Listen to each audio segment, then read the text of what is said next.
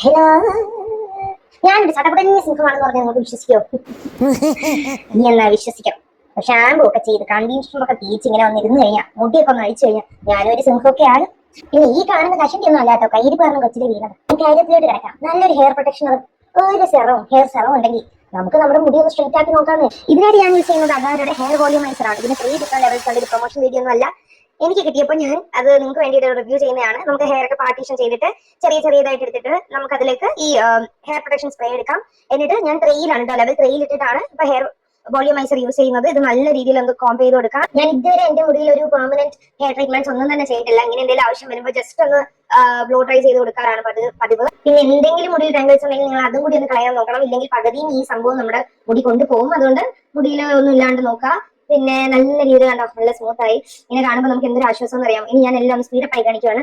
എന്റെ മുടി ഞാൻ ഓരോ പാർട്ടായിട്ട് കുറച്ച് വെച്ച് ചെയ്യാൻ പറ്റില്ലെങ്കിൽ ആ എഫക്റ്റ് കാണത്തില്ല. എല്ലാം ലാസ്റ്റ് ശരിയായി എന്നാണ് ഞാൻ വിശ്വസിക്കുന്നത്. എന്റെ മുടി ആ ഫ്രഷ്നെസ്സും ആ ഒരു ഡ്രൈനെസ്സും മാറി ഒഴുകി കിടക്കുന്നു ഗൈസ്. ഇതാണ് അത് പുറകിലേക്ക് ഇട്ടിട്ടുള്ള മുടിയുടെ ലുക്ക്. എങ്ങനെ ഇഷ്ടപ്പെട്ടത് ലൈക്ക് കമന്റ്